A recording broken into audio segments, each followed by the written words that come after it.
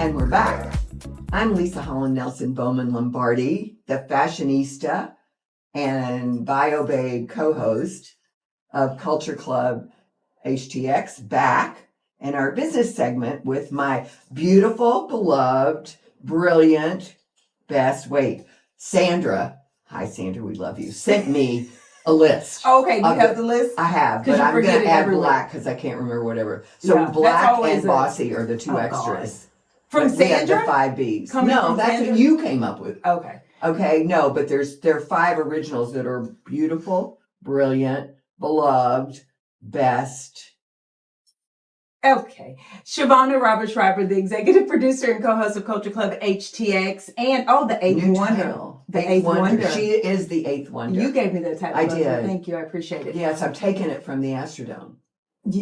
Somebody needs to do something. Okay, but we're not here to talk about us. We're here with a guest. So, Bio Babe, over to you. Who do we have in studio? I am so thrilled to introduce my friend, a very long-time friend, Melissa Stevens, who is here to talk to us about Houston Restaurant Weeks, but has had an incredible career, not only being the marketing brains behind Houston Restaurant Weeks, but if I remember correctly, MS 150. Yes. Awesome. Right? Yes, we worked on that for many years. You did. And it's funny how we met. We were talking before we went on the air of how you two met. Yes. And we met, I was giving a talk at Greater Houston Partnership. Mm-hmm. And this sounds so funny now, but we were talking about social media as the new thing. And what social like 20 media years ago. And all these people in the audience were just like this. And back then it was like I was P.T. Barnum, right? Because nobody knew what social. Right. We still don't know. True. And it was I remember this PowerPoint and all these charts with all these logos. I'm like, it's gonna be whatever.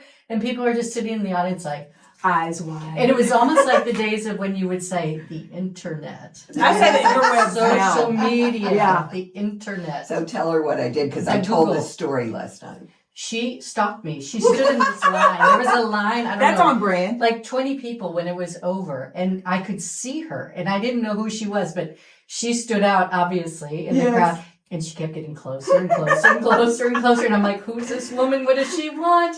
And she was like, we are going to be best friends. I told her, I said that. She didn't really believe me. I did believe. I know by now. And I've never met a person who networks better than this lovely lady. Thank you. And she knows everybody in town. Yeah. For sure. 100%. But so I have to go on, forget Melissa's career. Let me tell you what she did for me. Yes. She was the president at the time of FKM Agency, Houston's largest probably ever advertising agency. Mm-hmm. And I, of course, in my little business, I was dying to do business with her. She calls me one day and she's, have I got an opportunity for you? That sounds like something you would say. Yeah, I know. That's why y'all are best friends. Maybe I learned it from her. Yeah. So I race over there, and in her office, she always had the coolest office and the coolest furniture in her office and all the things. And I get there and this woman is sitting there that I don't have any idea who it is. And she says, this is Cleverly Stone, and she started Houston Restaurant Weeks, and I want you to do the website for Houston Restaurant Weeks. And I just light up, and she says, for free. And you said, okay. And I did. We did for like 17 years at least. Yeah. We had just an extraordinary career building that together. So we're kind of here to talk about Houston Restaurant Weeks that we know is raised happening now. Over $22 million, providing, probably 110 million meals. Who knows? 68 million meals. Wow. Oh, wow. Yes. This is incredible. Yes. Incredible. So really first, I have a question that says, tell us about your role and how you support, but I really want you to tell us about the essence and the beginning of it and your relationship with Cleverly, which was amazing. I always say I was the wind beneath her wings. Right? I was the quiet one on the side because she was the front person. But I've known Cleverly for many years, and she started out, remember, with her Cleverly's newsletter that you talk about archaic technology. It would come fax to you. Oh, wow. And at first I was like, who is this Cleverly and why is she sending me this fax? I don't Taking up want my this paper. fax. And Yeah. but so then we became, friendly over the years. And then I'll never forget, she said, I'm going to start this program because the month of August for restaurants is just death. They have to fire people. They lay people off. They can barely manage. We're not a tourist city, right? We have tourism, but we're not New York, Chicago, Miami, LA, where we get tourism in the summer. So the restaurants are dying. And she said, I'm going to start this thing, Houston Restaurants. And it was just days at the beginning. And then it went from days, and then over the years to a week. And then it went to 2 weeks. Those were milestones. And then it went to a month. And then after, which hurricane was it? Harvey. It extended for the whole month of September. I remember this. Yes. To help people out. So it's been this, it continues to evolve, which is the interesting thing about the organization. And so how many years now? This will be the 22nd year. So for those, that is amazing. Congratulations. For those people who don't know, who maybe they've been under some sort of a shed and they have not heard of Houston Restaurant Weeks, what is it? Houston Restaurant Week's a month-long fundraiser benefiting the Houston Food Bank. And so we bring people into the restaurants with specially priced prefix meals, breakfast, lunch, and brunch, depending on what the restaurant wants to do. Restaurants can participate at will, right? Anyone can sign up to be a participating restaurant as long as they meet the requirements, and they build a menu that fits the guidelines for each year. So it's an opportunity to visit restaurants. Oftentimes you can't afford. Sure. Some of the more expensive, like the Brennan's or, some of the B&B Butchers, the top steakhouses. That's why they're always in the top 10 list of producers, because people can go in and dine there where they might not normally go. The other angle is like we went to a restaurant, me, you, and Magical. We're the three amigos. So we went to a restaurant that we'd never been to before. We just wanted to go. So it also gives you this opportunity, I think, to discover restaurants, because I think just the listing and how it's all categorized is easy to navigate. So you learn about restaurants that you're like, oh, I didn't even know that we had that. Or I heard about that, but I've never gone. Right. And now I have a reason to go. Well, and the menu is assorted enough that you really get to try. Yes. And there's people who are so dedicated to this that it's almost like fantasy football. They structure for the month where they're going to eat. I started and they have emails groups, and they go out and they say, okay, for the month, where are we going? Where are we going? So it's a community thing too. That's a great idea. My friends, they really do the where. I can't imagine that you could go to more meals and dinners and whatever than you do normally, but I trust you. Don't invite me. Okay, so you're also on the board. There's the foundation. So talk to us about that. Well, the board is it's not a huge board, but it was people that cleverly used to call her kitchen cabinet. And so they were people that had been around with her, supported her for many years.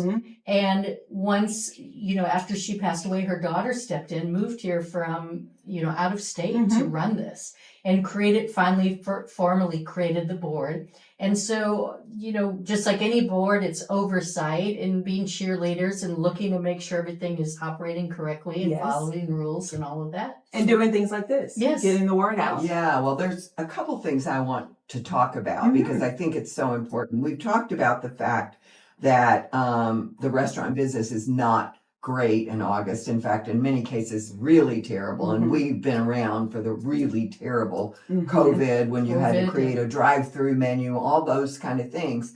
So not only are we saving businesses and saving jobs, tell us about the tax impact for the city of Houston. Well, it's big. I mean, I don't have specific numbers, but if you think about the money that it generates in the city for the restaurants and how it keeps people employed. And that's people from the valets to the lettuce distributor to the linens company. All these people keep their jobs. And not only do they keep them, most of these companies are hiring up in the month of August. Right.